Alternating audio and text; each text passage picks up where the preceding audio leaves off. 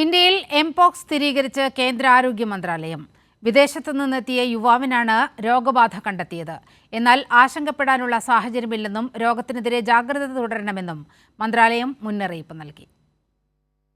African clade 2 type mpox എന്ന വകഭേദമാണ് വിദേശത്തു നിന്നെത്തിയ യുവാവിൽ സ്ഥിരീകരിച്ചത്. രോഗലക്ഷണം കണ്ടെത്തിയതിന് പിന്നാലെ ഇയാൾ നിരീക്ഷണത്തിൽ തുടരുകയായിരുന്നു. ഇന്ന് നടത്തിയ പരിശോധനയിലാണ് മങ്കിപോക്സ് സ്ഥിരീകരിച്ചത്. ഇയാളുടെ നില തൃപ്തികരമാണെന്നും ആശങ്കപ്പെടേണ്ട സാഹചര്യമില്ലെന്നും കേന്ദ്ര ആരോഗ്യ മന്ത്രാലയം അറിയിച്ചു.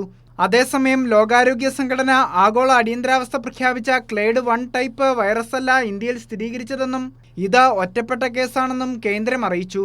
2022 ജൂലൈ മുതൽ ഇന്ത്യയിൽ സമാനമായ 30 കേസുകളാണ് റിപ്പോർട്ട് ചെയ്തിട്ടുള്ളത്.